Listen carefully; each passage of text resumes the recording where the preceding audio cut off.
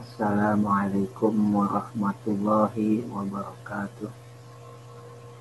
Alhamdulillah wassalatu wassalamu ala rasulillah wa ala alihi wa sahbihi wa mawala. La hawla wa la quwata illa billah, amma ba'du. Apa kabar nih adik-adik semua? Semoga kita masih dalam keadaan sehat walafiat dan tetap bersemangat mengikuti kegiatan proses belajar mengajar pada hari ini.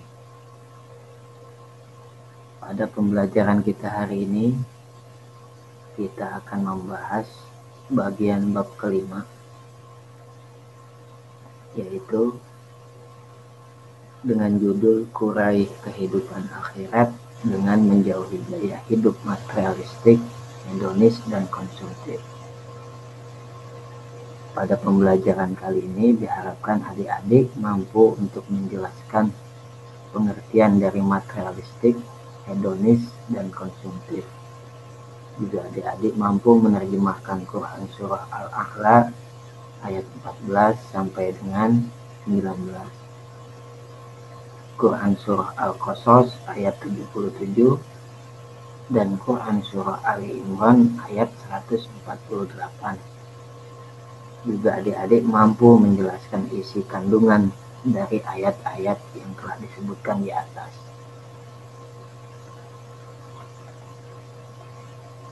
Baik, kita masuk materi yang pertama, yaitu materialistik.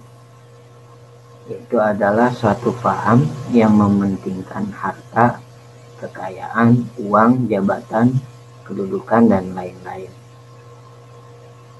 Orang yang mempunyai paham ini, hidupnya yang penting bahagia, yang penting punya harta, punya banyak uang. Dia tidak peduli dari mana semua itu dia dapat, baik dari yang halal apalagi yang haram, tidak peduli. Nah, gaya hidup materialistik ini sudah merajalela di seluruh lapisan masyarakat. Korbannya tidak hanya orang-orang kota, tetapi orang-orang desa pun sudah banyak yang terjangkit penyakit materialisme ini.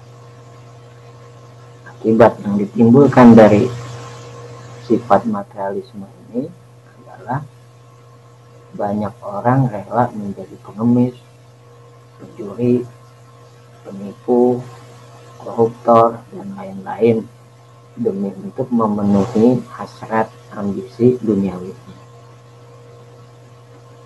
Yang kedua, hedonisme adalah suatu paham yang menjadikan kesenangan sebagai tujuan dalam hidup. Ini berbeda sedikit dari materialisme.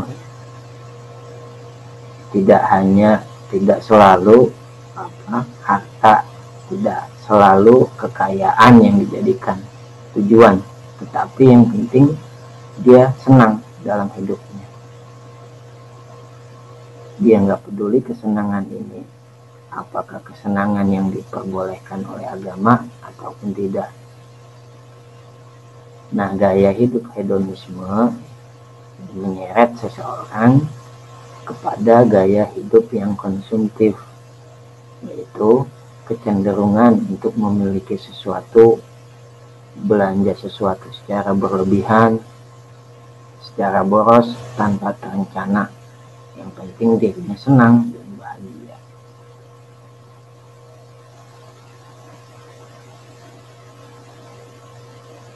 Adapun cara untuk menghindari gaya hidup materialisme, hedonisme, dan gaya hidup konsumtif, kita sudah diperingatkan oleh Allah Subhanahu wa Ta'ala dalam Quran Surah Al-Baqarah ayat 172 yang berbunyi, A'udzu billahi minasyaitonir rajim, ya ayyuhalladzina amanu kulu min thayyibati ma razaqnakum washkuru lillahi in kuntum iyyahu ta'budun.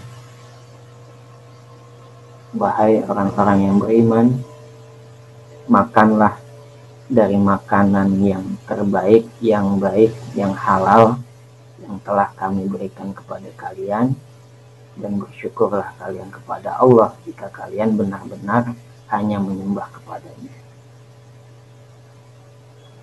Untuk bisa menghindari gaya hidup materialisme, hedonisme, dan gaya hidup konsumtif, berdasarkan surah Al-Baqarah ayat 172 ini, kita dituntut harus memiliki keimanan yang kuat, senantiasa bersyukur kepada Allah, makan dan minum yang halal, baik halal secara zatnya ataupun cara mendapatkannya.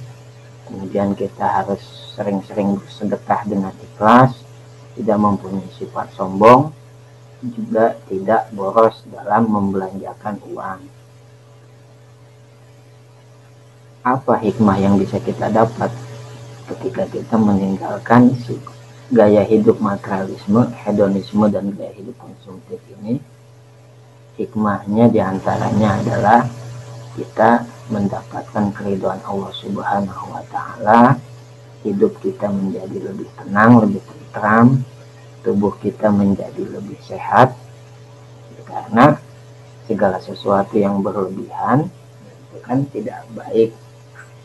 Makan berlebihan tidak baik, minum berlebihan ya tidak baik, tidur berlebihan ya tidak baik. Segala sesuatu harus sesuai dengan porsinya. Juga amal ibadah kita dapat diterima oleh Allah Subhanahu wa Ta'ala.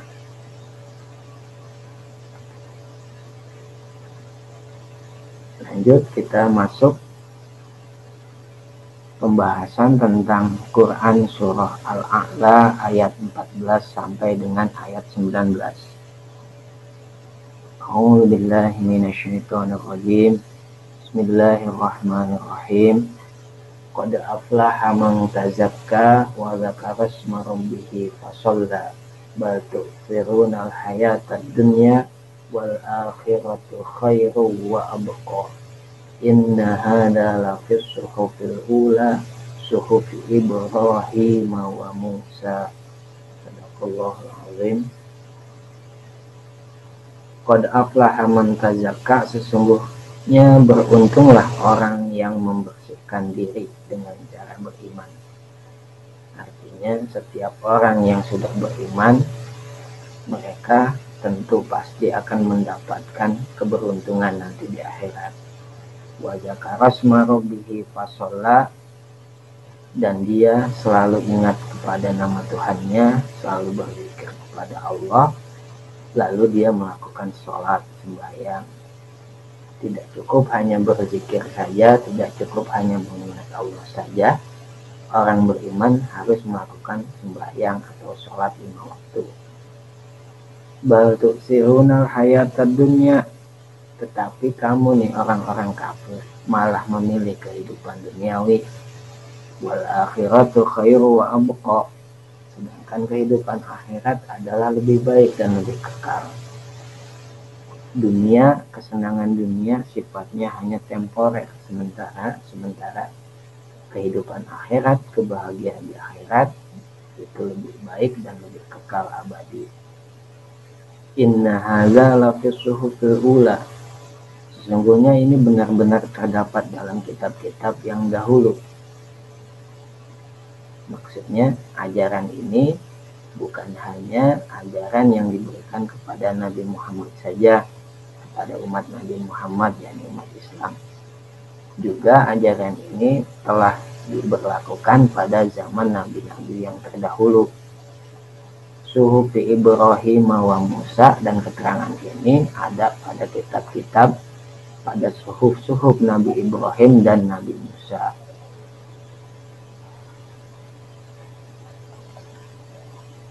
Selanjutnya kita akan membahas tentang makna dari Quran surah Al-Qasas ayat 77 yang berbunyi, A'udzu billahi minasyaitonir rajim. Wabtaghi fima ataqallahu ad-daral akhirah wa la tansa nasibaka minad dunya wa ahsin kama ahsanallahu ilaik wa la tabghil fasada fil ardh innallaha la yuhibbul mufsidin. Yang artinya, dan carilah pada apa yang telah dianugerahkan Allah kepadamu, itu berupa kebahagiaan negeri akhirat, dan janganlah kamu melupakan bahagianmu dari kenikmatan duniawi, dan berbuat baiklah kepada orang lain sebagaimana Allah telah berbuat baik kepadamu, dan janganlah kamu berbuat kerusakan di muka bumi. Sesungguhnya Allah tidak menyukai orang-orang yang berbuat kerusakan. Makna dari ayat ini kurang lebih, kita sebagai umat Islam, sebagai orang yang beriman, diperintah oleh Allah untuk mencari kebahagiaan di dunia dan di akhirat. Bukan hanya kita dituntut untuk bahagia di negeri akhirat saja, juga kita dituntut untuk mencari bagian kita, kenikmatan kita, kebahagiaan kita di duniawi. Sebab dunia ini adalah ladang akhirat. Artinya segala apa yang kita tanam di dunia nanti akan kita petik di akhirat nanti. Seandainya kita menanam duri di dunia, nanti kita akan memperoleh duri juga di akhirat. Jika kita menanam durian, anggur, nanti kita akan memetiknya pula di akhirat. Juga kita diperintah oleh Allah untuk berbuat baik kepada orang lain. Tidak hanya kepada bapak, ibu, saudara, adik, juga kepada orang yang tidak ada hubungan kerabat dengan kita. Baik itu dia seagama ataupun beda agama dengan kita. Kita tetap diperintah untuk berbuat baik kepada orang lain, tidak memandang statusnya, tidak memandang agamanya. Sebagaimana Allah telah mencontohkan, Allah telah berbuat baik kepada kita. Juga kita di sini dilarang oleh Allah untuk berbuat kerusakan di muka bumi. Karena kita manusia diciptakan Allah sebagai khalifah, sebagai pemimpin, sebagai pengatur di muka bumi. Yang namanya pemimpin, yang namanya pengatur harus mengatur apa yang digarapnya itu dengan baik. Tidak boleh mengecewakan Allah yang menjadikan kita sebagai khalifah, pengatur, pemimpin di muka bumi ini. Karena sesungguhnya Allah tidak menyukai orang-orang yang berbuat kerusakan. Pelihara diri sendiri, pelihara juga lingkungan tempat kita tinggal.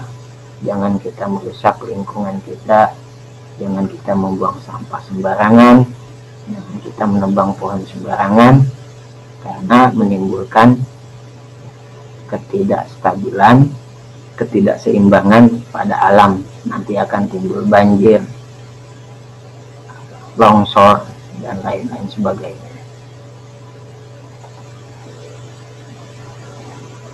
Terakhir, mari sama-sama kita membahas Quran Surah Ali Imran ayat 148. A'udzu billahi minasyaitonir rajim. Fa'atahumullahu thawabad dunya wa husna thawabil akhirah wallahu yuhibbul muhsinin. Karena itu Allah memberikan kepada mereka pahala di dunia dan pahala yang baik di akhirat. Dan Allah menyukai orang-orang yang berbuat kebaikan. Pada ayat ini Allah memberi kabar gembira buat kita orang yang Islam, yang beriman kepada Allah, bahwa apabila kita berbuat kebaikan kepada siapapun, kepada makhluk apapun selain manusia, nanti di akhirat Allah akan memberikan pahalanya di akhirat nanti, juga akan membalasnya dengan kebaikan di dunia. Ya, seperti yang saya bilang tadi, barang siapa yang menanam duri, dia akan meraih duri. Dan siapa yang menanam anggur, dia akan memperoleh anggur. Cukup sekian untuk pertemuan kita pada hari ini. Semoga apa yang saya sampaikan dapat dipahami oleh adik-adik sekalian dan bermanfaat untuk kehidupan kita sehari-hari. Kurang lebihnya saya mohon maaf. Wallahul muwaffiq ila aqwamit thoriq. Wassalamualaikum warahmatullahi wabarakatuh.